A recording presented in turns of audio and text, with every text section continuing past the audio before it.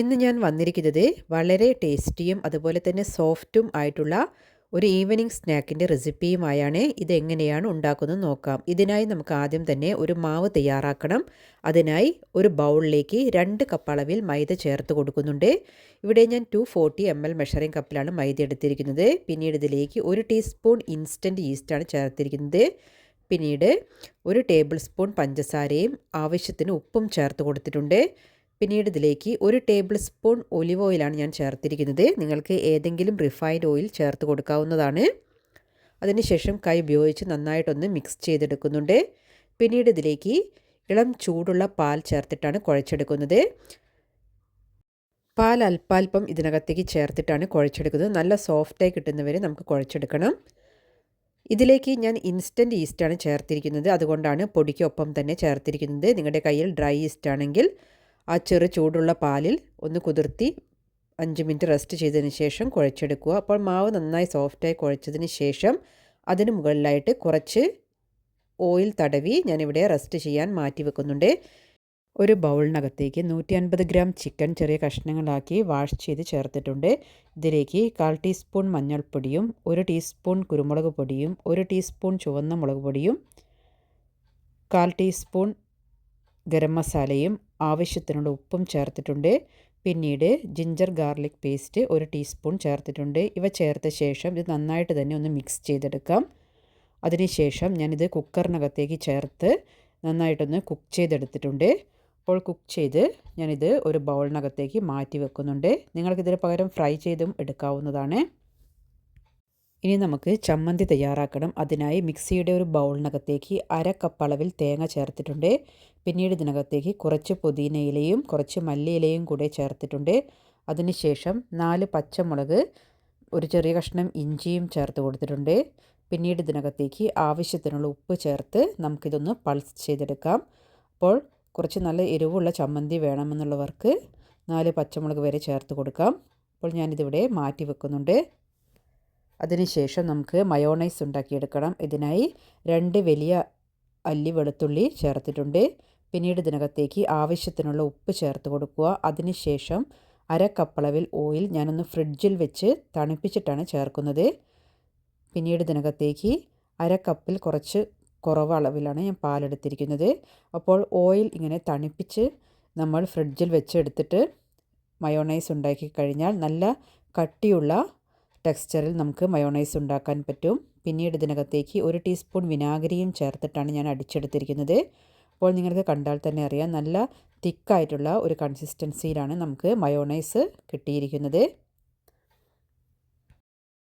പിന്നീട് നമ്മുടെ മാവ് നന്നായി പൊങ്ങി വന്നിട്ടുണ്ട്. 2 മണിക്കൂറിന് ശേഷമാണ് ഞാനിവിടെ ഇത് ഓപ്പൺ ചെയ്യുന്നത്. അതിൽ നിന്നും ഒരു പോർഷൻ എടുത്ത് നമുക്ക് നന്നായിട്ടൊന്ന് പരത്തിയെടുക്കാം.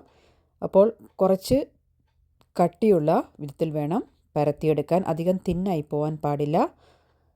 അപ്പോൾ ഞാനിതിവിടെ നന്നായിട്ട് തന്നെ പരത്തിയെടുത്തിട്ടുണ്ട്.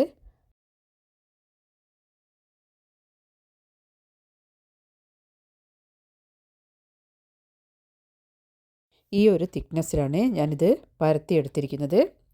അതിനുശേഷം ഒരു ബോൾസ് കൂടെ എടുത്ത് നന്നായിട്ട് പരത്തിയെടുക്കുന്നുണ്ട്.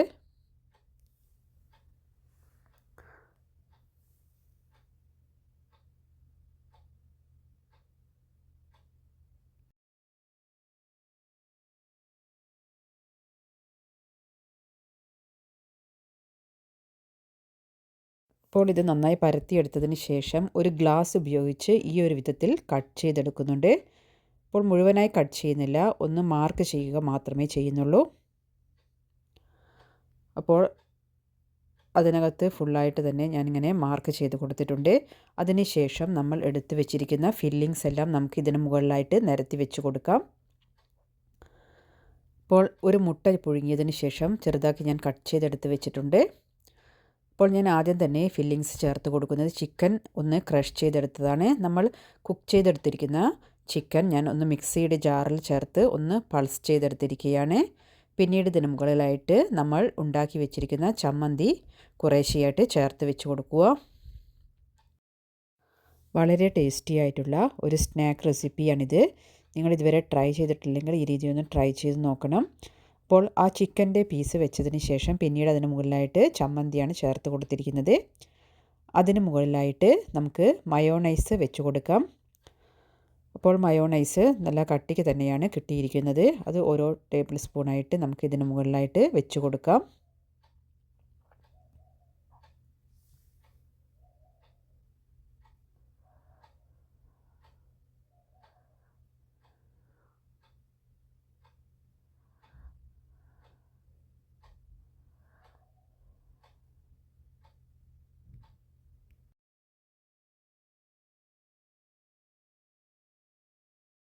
പിന്നീട് ഇതിന് മുകളിലായിട്ട് മുട്ടയാണ് ചേർത്ത് കൊടുക്കുന്നത്. ഇവിടെ ഞാൻ 2 മുട്ട പുഴുങ്ങിയെടുത്തതിന് ശേഷം ചെറുതാക്കി കട്ട് ചെയ്തെടുത്തിരിക്കുകയാണ്.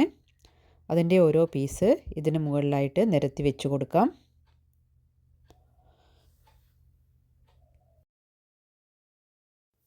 അതിനുശേഷം നമ്മൾ പരത്തി വെച്ചിരിക്കുന്ന അടുത്ത ഷീറ്റ് ഇതിന് മുകളിലായിട്ട് കവർ ചെയ്ത് വെച്ച് കൊടുക്കുക.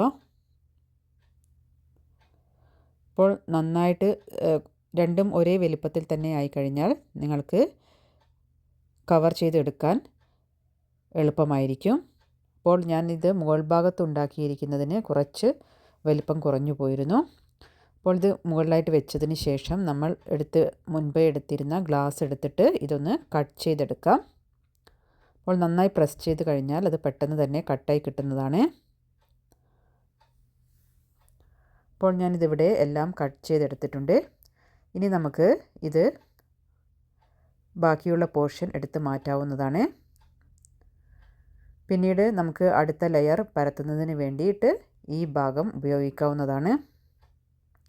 അതിനുശേഷം നമുക്കിത് ഫ്രൈ ചെയ്തെടുക്കണം. അതിനായി ഒരു പാനിൽ ഞാനിവിടെ ഓയിൽ ചൂടാവാൻ വെച്ചിട്ടുണ്ട്. നന്നായി ചൂടായി നിൽക്കുന്ന ഓയിലിനകത്തേക്കാണ് ഞാൻ ഈ പീസ് നിരത്തി വെച്ച് കൊടുക്കുന്നത്. അപ്പോൾ തീ ഒരു മീഡിയം ഫ്ലെയിമിൽ വെച്ച് വേണം നമുക്കിത് ഫ്രൈ ചെയ്തെടുക്കാൻ. അപ്പോൾ ഏകദേശം ഒരു ഭാഗം ഒന്ന് കളർ മാറി തുടങ്ങുന്ന സമയത്ത് നമുക്കിത് തിരിച്ചിട്ട് കൊടുക്കാം. അപ്പോൾ ഞാനിത് 2 ഭാഗവും തിരിച്ചിട്ട് നന്നായി കുക്കായി വന്നതിന് ശേഷം അടുപ്പിൽ നിന്ന് കോരി മാറ്റുന്നുണ്ട്. വളരെ ടേസ്റ്റി ആയിട്ടുള്ള ഒരു സ്നാക്കിൻ്റെ റെസിപ്പിയാണിത്. നിങ്ങൾ ഇതുവരെ ഈ രീതിയിൽ ട്രൈ ചെയ്തിട്ടില്ലെങ്കിൽ ഒന്ന് ട്രൈ ചെയ്ത് നോക്കുക. അപ്പോൾ നിങ്ങൾക്ക് ഈ വീഡിയോ ഇഷ്ടമായിട്ടുണ്ടെങ്കിൽ ഫ്രണ്ട്സിനും ഫാമിലിക്കും എല്ലാം ഷെയർ ചെയ്ത് സപ്പോർട്ട് ചെയ്യുക. അപ്പോൾ നിങ്ങൾ ആദ്യമായിട്ടാണ് ഈ ചാനൽ കാണുന്നത് എങ്കിൽ താഴെയുള്ള സബ്സ്ക്രൈബ് ബട്ടൺ പ്രസ് ചെയ്ത് ചാനലൊന്ന് സബ്സ്ക്രൈബ് ചെയ്ത് വെക്കുക. അതിനടുത്തുള്ള ബെൽ ബട്ടൺ കൂടെ എനേബിൾ ചെയ്ത് വെക്കുക. എങ്കിൽ മാത്രമേ ഞാൻ അപ്ലോഡ് ചെയ്യുന്ന വീഡിയോയുടെ നോട്ടിഫിക്കേഷൻ നിങ്ങൾക്ക് ലഭിക്കുകയുള്ളൂ. Thank you for watching.